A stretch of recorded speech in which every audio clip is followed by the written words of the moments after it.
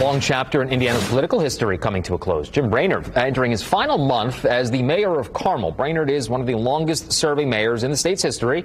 He sat down with News 8's government reporter Garrett Bergquist to talk about his successes, his regrets, and his advice for those who want to follow in his footsteps.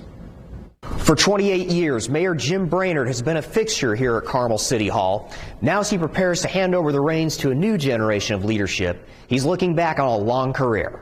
But this is his book of his work, which includes a lot of concert halls in Carmel's area. You accumulate a lot of mementos when you run a city like Carmel. Sat in the office for about 15 years, but it's an official Carmel Fire Department hat. And Jim Brainard has just a few more weeks to figure out what to do with it all.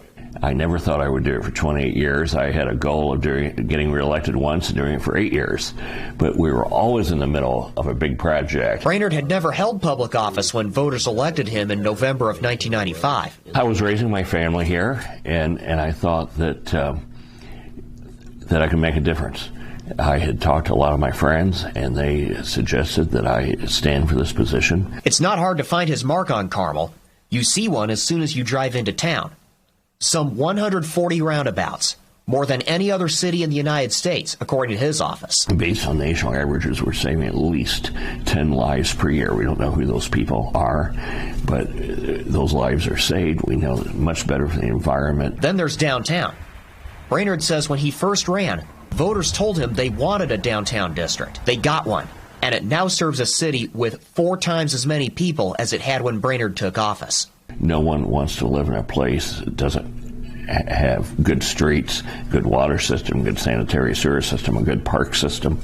All these things need to be prioritized and in place. And you have to spend money to be able to do that. But if you do it, you'll attract growth, and therefore the tax rates will stay low. Carmel faced several racial discrimination lawsuits during his time as mayor.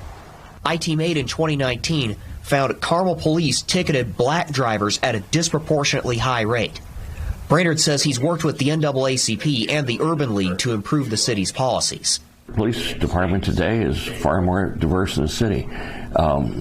Today, Carmel is 25% non-white, welcomes people from every race, background, religion, place of origin, and I'm proud of that.